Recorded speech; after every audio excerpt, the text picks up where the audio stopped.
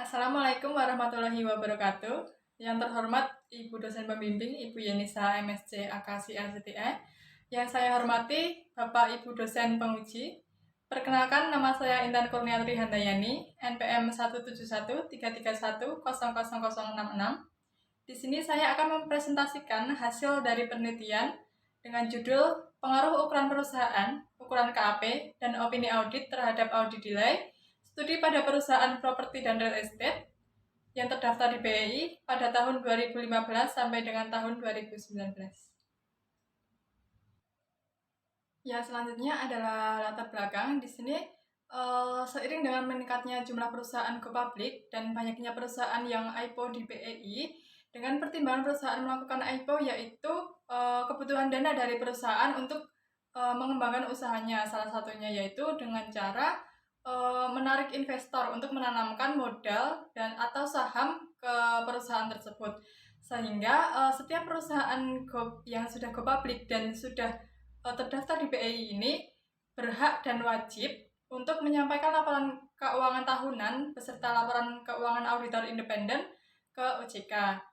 Dan pada penelitian kali ini pada tahun 2015 sampai dengan 2019 terdapat 97 perusahaan yang terlambat dalam menyampaikan laporan keuangannya. Adanya faktor-faktor yang mempengaruhi keterlambatan perusahaan dalam penyampaian laporan keuangan, baik dari internal maupun eksternal, sehingga tujuan peneliti kali ini adalah untuk mengetahui pengaruh faktor ukuran perusahaan, ukuran KAP, dan opini audit terhadap audit delay pada perusahaan properti dan real estate tahun 2015 sampai dengan tahun 2019. Ya, selanjutnya ada rumusan masalah. Di sini rumusan masalahnya adalah masih banyak perusahaan yang tidak memenuhi peraturan OJK yang mengharuskan perusahaan itu untuk menerbitkan laporan keuangan secara tepat waktu, paling lambat pada akhir bulan keempat setelah tanggal tutup buku. Apabila perusahaan itu terlambat dalam menyampaikan laporan keuangan, maka akan dikenai denda dan sanksi.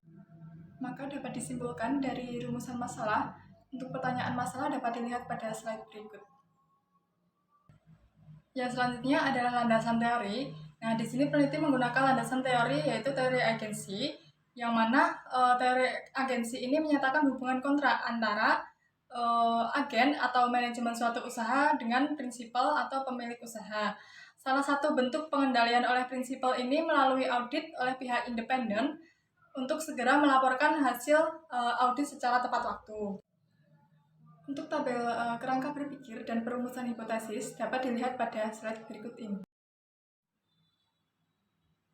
Yang selanjutnya adalah metode penelitian. Jadi, pada metode penelitian ini, populasi dan sampel.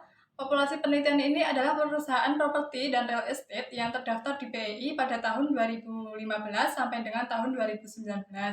Dengan proses penentuan sampel yaitu dengan menggunakan teknik purposive sampling.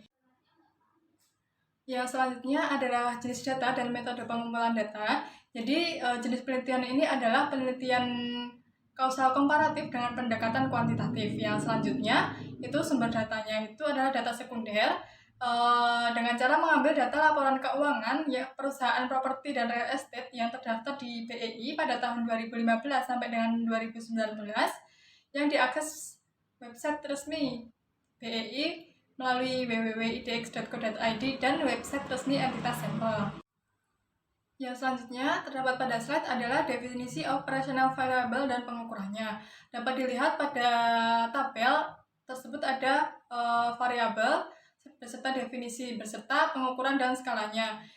Yang selanjutnya teknik analisis data. Teknik analisis data ini yang pertama adalah menggunakan teknik statistik deskriptif. Yang kedua adalah menggunakan analisis regresi logistik, di mana analisis regresi logistik ini nanti pengujiannya ada beberapa bagian, antara lain yang pertama yaitu menilai model fit, kemudian yang kedua adalah menilai fungsi likelihood, yang ketiga adalah Nagelkar R-square, yang keempat adalah uji Hasmer dan Lemeshow. Yang ketiga dan terakhir adalah pada uji hipotesis menggunakan uji wall static secara parsial. Yang selanjutnya adalah hasil penelitian dan pembahasan. Nah, di sini pada hasil penelitian statistik deskriptif di sini dapat dilihat bahwa nilai total sampel semuanya seluruhnya ada 175 dan sesuai dengan sampel yang sudah diolah. Kemudian dapat dilihat pada analisis statistik deskriptif ini setiap variabel dapat dilihat nilai minimum, maksimum, dan standar deviasi maupun rata-ratanya. Yang selanjutnya adalah uji fit model atau uji kelayakan model fit. Ini dapat dilihat bahwa overall fit model ini sudah mengalami penurunan sekitar 9,604 sehingga dapat dikatakan model yang dihipotesiskan ini telah sesuai dan fit dengan data. Selanjutnya adalah fungsi likelihood. Nah, fungsi likelihood ini dapat dilihat dari nilai perbandingan min 2 likelihood-nya. Dapat dilihat bahwa pada tabel omnibus ini nilai sigma itu 0,022 yang berarti lebih kecil dari nilai probabilitasnya 0,05 sehingga dapat dikatakan bahwa ketiga variabel independen ini secara simultan berpengaruh terhadap audit delay tersebut. Yang selanjutnya adalah uji Hosmer. Nah, uji Hosmer ini memiliki nilai sigma 0,129 yang berarti itu lebih besar dari nilai probabilitasnya 0,05 yang menjadikan bahwa uji ini dikatakan layak untuk menganalisis model regresinya. Kemudian ada nilai Nagel-Carrier R-square.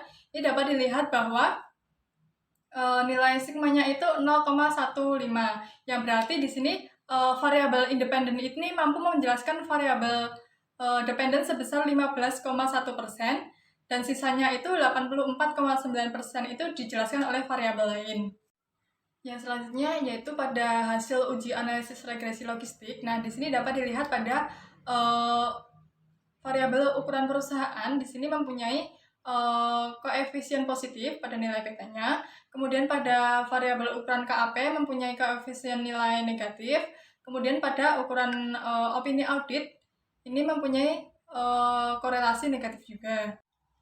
Yang selanjutnya pada hasil uji hipotesis dapat dilihat pada tabel bahwa hipotesis pertama dan hipotesis kedua itu diterima karena nilai Wald statistiknya dibandingkan dengan nilai chi-square tabelnya lebih kecil, sedangkan tingkat probabilitasnya atau nilai sigma itu lebih besar daripada tingkat signifikansinya.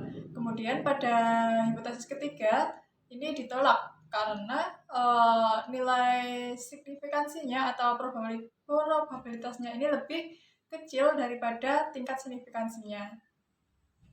Untuk yang terakhir adalah kesimpulan. Jadi untuk kesimpulannya pada penelitian kali ini adalah pada variabel ukuran perusahaan dan ukuran KAP ini berpengaruh terhadap audit delay, sedangkan variabel opini audit tidak terpengaruh terhadap audit delay. Sedangkan untuk secara simultan sendiri ketiga variabel ini secara bersama-sama berpengaruh terhadap audit delay. Yang selanjutnya adalah keterbatasan. Jadi keterbatasan peneliti di sini adalah hanya memanfaatkan 3 variabel bebas atau variabel independen. Yang kedua, keterbatasan yang kedua yaitu keterbatasan pada lingkup penelitian, yaitu lingkupnya hanya meliputi perusahaan properti dan real estate saja yang ada di PII. Yang terakhir adalah saran. Jadi saran peneliti ini untuk kemungkinan penelitian kedepannya adalah yang pertama yaitu untuk memperluas lingkup penelitian, jadi tidak hanya terpaku pada perusahaan properti dan real estate saja. Kemudian saran yang kedua yaitu mampu menambah faktor-faktor yang dapat meningkatkan persentase pengaruh variabel pada audit delay. Demikian hasil presentasi penelitian yang dapat saya sampaikan. Apabila dari Bapak Ibu dosen penguji ada tanggapan, saya persilahkan. Wassalamualaikum warahmatullahi wabarakatuh.